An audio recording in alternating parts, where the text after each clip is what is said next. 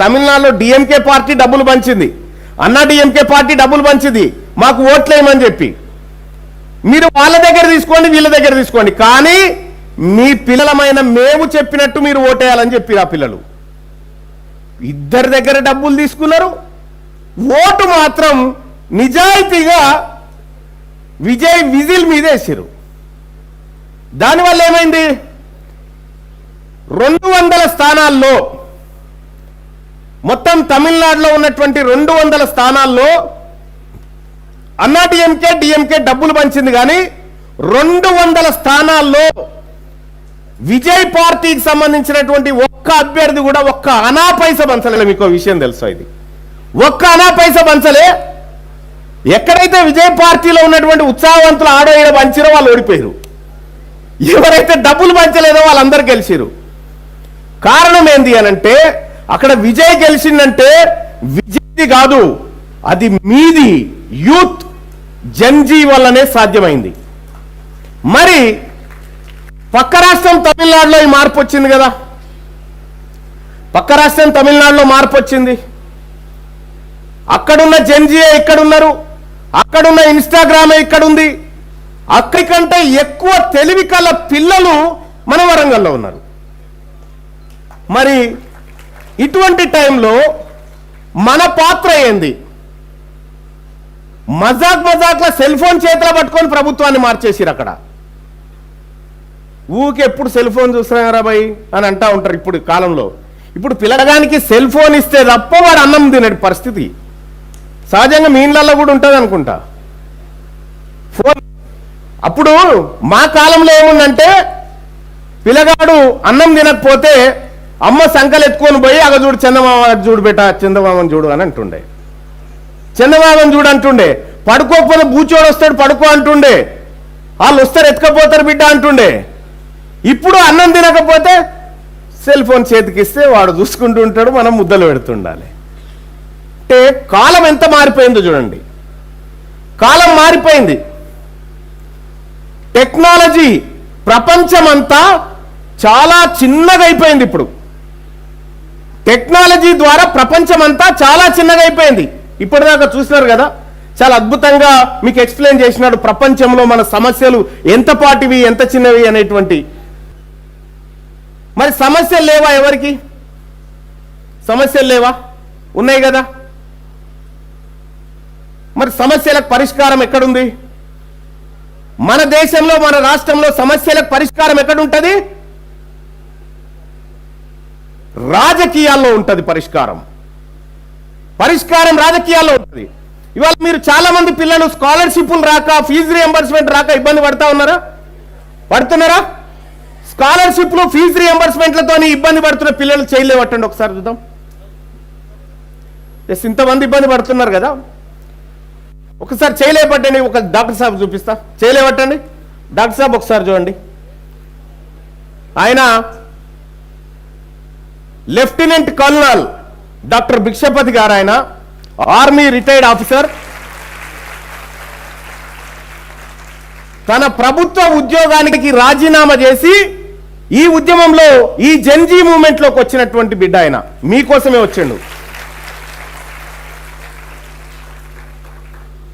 మీకు స్కాలర్షిప్ ఎందుకు వస్తలేవు అనంటే మన తల్లిదండ్రులు వేస్తున్నటువంటి ఓటు కారణం.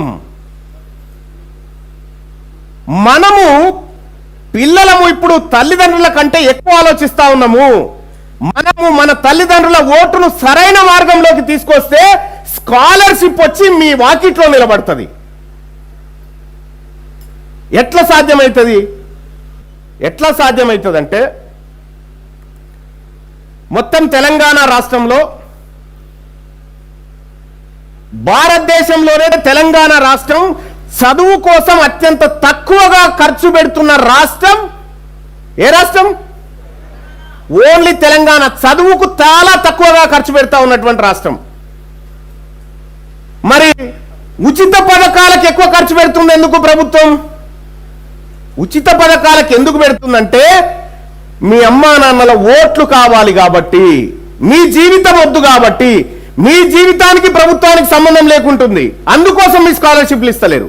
మీకు స్కాలర్షిప్లు ఇస్తే మీరు చక్కగా చదువుకుంటే రేపు పొద్దున ఏం చేస్తారు? మీరు ప్రశ్నిస్తారు.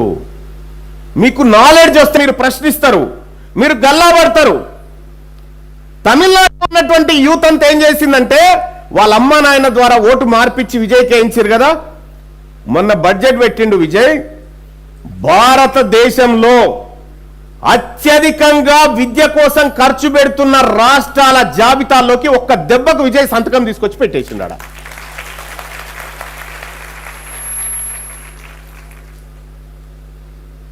ఏం జరిగింది?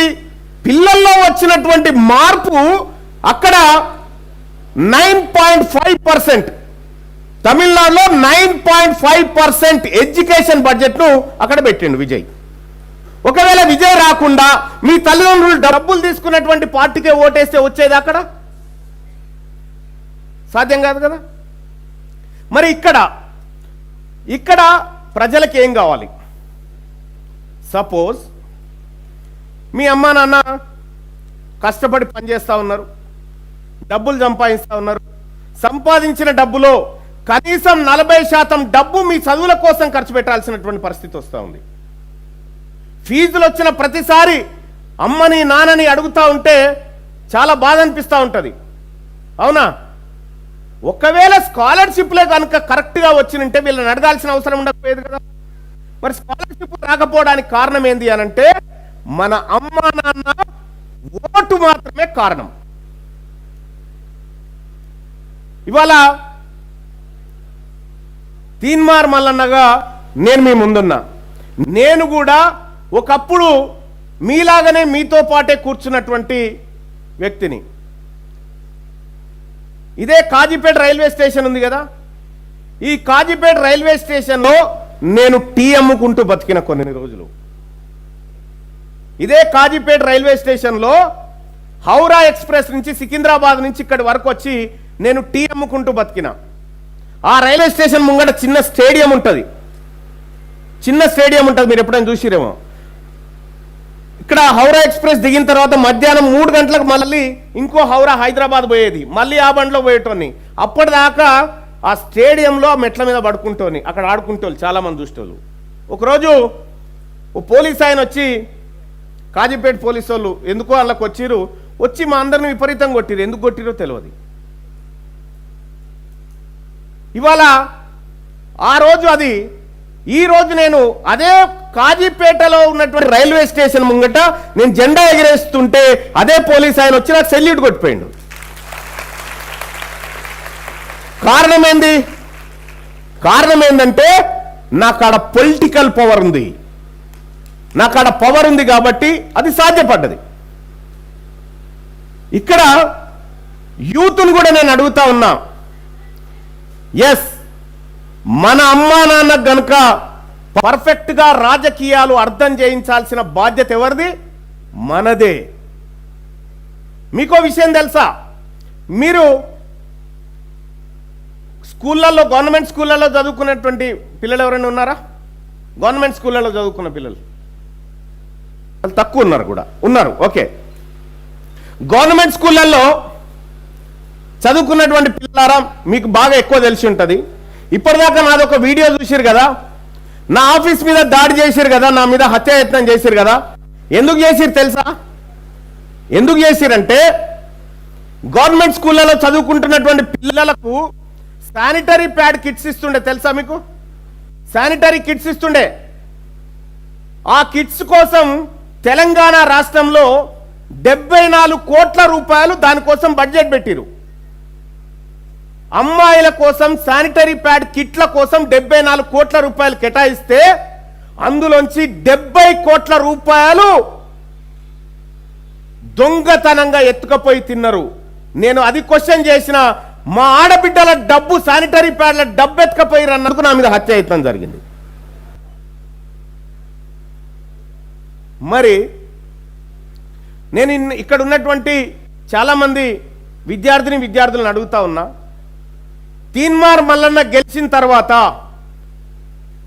ఇవాళ రేపు రాజకీయ నాయకులు ఎట్లా ఉంటారంటే ఒక్కసారి గెలవగానే ఏం సంపాదించుకుందాం, ఎక్కడ కబ్జాలు పెడదాం, ఎన్ని కోట్లు వెనకేద్దామని అనుకుంటారు కదా. కానీ ఇటీవల కాలంలో నేను కాంగ్రెస్ పార్టీ తీసుకొచ్చినటువంటి కులగణన లెక్కలను తగలబెట్టిన. ఎందుకు తగలబెట్టిన అంటే మొత్తం తెలంగాణ రాష్ట్రంలో 4,21,00,000 మంది ఉన్నారని చెప్పి సోషియో ఎకనామిక్ అవుట్లుక్ సర్వేలో గవర్నమెంట్ చెప్పి మళ్ళీ ఇదే గవర్నమెంట్ ఏం చేసిందంటే తెలంగాణ జనాభా 3,74,00,000 మంది అని చెప్పింది. మరి 6 నెలల వ్యవధిలో 50 లక్షల మంది ఎట్లా చనిపోయారని అడిగిన. వాళ్ళ సమాధులు చూపించండి అని చెప్పిన. వాళ్ళ డెత్ సర్టిఫికెట్ ఇవ్వండి అన్న. గవర్నమెంట్ ఇయ్యకుండా ఏం చేసిందంటే ప్రశ్నిస్తున్నాడు రా మల్లన్నని పార్టీ నుంచి సస్పెండ్ చేయాలన్నారు. I don't care. నాకు కావాల్సింది ప్రజలు, నాకు కావాల్సింది యువత. అందుకోసమే నేను ఈ కార్యక్రమం చేసిన. నేను చేసింది రైటా రాంగా? రైట్. Thank you. అయితే నేను ఎమ్మెల్సీగా గెలిచిన తర్వాత నేనేం చెప్పినంటే రైట్ టు రీకాల్కి వస్తా అని చెప్పిన. రైట్ టు రీకాల్ అంటే ఏంది? ఒకసారి ఎమ్మెల్యేగా గెలిచిన తర్వాత మళ్ళా ఆయనను గద్దె దించాలంటే ఎన్ని రోజులు కావాలి? మళ్ళా 5 ఏళ్ళు కావాలి కదా. నేను అట్లా కాకుండా ప్రజలకు ఓటు వేయడమే కాదు, వేసిన ఓటును కూడా వాపస్ తీసుకునే హక్కు ఉండాలని చెప్పిన. దాన్నే రైట్ టు రీకాల్ అంటారు. ఓటు వేయడమే కాదు, వేసిన ఓటును వాపస్ తీసుకునే హక్కు ప్రజల దగ్గర ఉండాలా. ఒక బాయి దగ్గర మన ఇంట్లో ఒక జీతగాన్ని పెట్టుకుంటాం. ఆ జీతగాడు పని చేయకపోతే 5 ఏళ్ళ దాకా అట్లే ఊకుంటామా? వెంటనే తీసేస్తాం కదా. మరి ఎమ్మెల్యే కూడా ఒక జీతగాడే కదా, పని సరిగా చేయకపోతే వెంటనే తీసేయాలి కదా, అవునా కాదా? అదే రైట్ టు రీకాల్.